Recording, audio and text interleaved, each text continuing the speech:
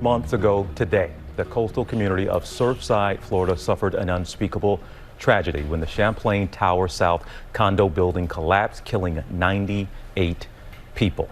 Again, an unspeakable tragedy. I want to bring in now Surfside's Congresswoman. Here she is with us, Representative Debbie Wasserman Schultz. Congresswoman, good to talk to you again, and I will never forget being down there in the days after that tragedy, and you were coming on air with us, and I put my hand out to shake your hand, and you pushed it away. You said, no, we need hugs right now. So 3 months later, I know there was shock, then there was grief, and then there was anger and confusion. You give us an update. How is that community doing right now? We've emerged really as a tighter-knit community, but one in which we, as I think I said to you when we were together at Surfside, you know, the cameras have mostly moved on, and we're still trying to make sure that the people who had family members lose their lives and who lost their property and everything that was in their lives that was important to them, we're trying to help them pick up the pieces and trying to find a pathway to making them whole. There's a debate right now and a disagreement. Should this be forever a memorial ground that should never be built on again? This is a grave site, and others see this is also pretty valuable property. And the sale of that property, those proceeds could go to the families. Where are you right now on that debate? And is there a compromise in a way to possibly get both?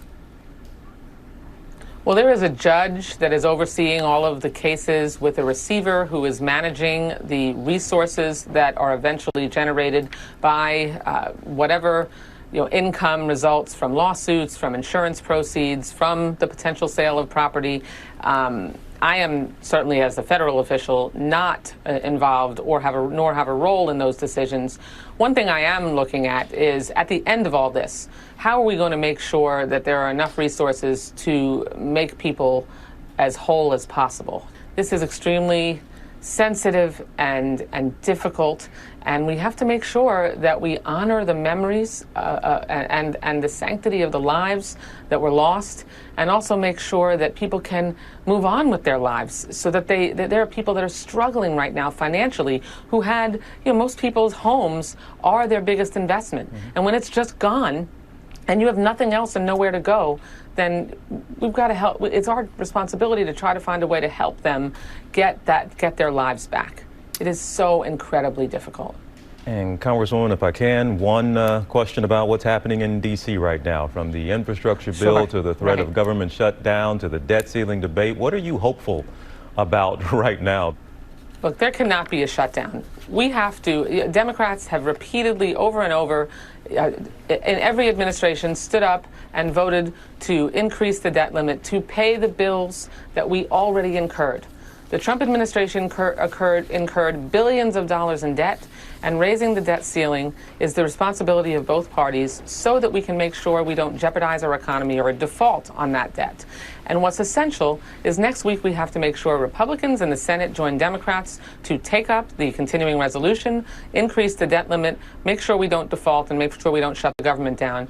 And then we need to pass the infrastructure bill as well as the Build Back Better Act, so we can provide investments in child care so that people don't have to choose between working or taking care of their children. Make sure that we provide 2 years of free college, universal pre-K, invest in the climate resiliency that is clearly needed for our infrastructure so that Surfsides don't happen anymore.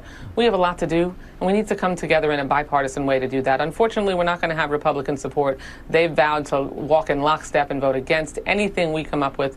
So we're working together on the Democratic side of the aisle to find a pathway forward, come together across our own philosophical differences, and pass a bill that's going to be transformative for the American people.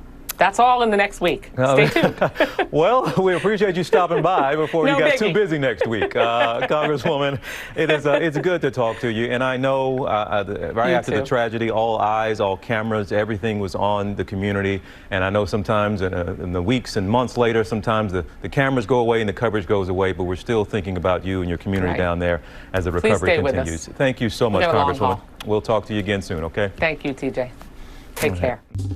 Well, hey there, GMA fans. Robin Roberts here. Thanks for checking out our YouTube channel. Lots of great stuff here. So go on, click the subscribe button right over here to get more of awesome videos and content from GMA every day, anytime. We thank you for watching, and we'll see you in the morning on GMA.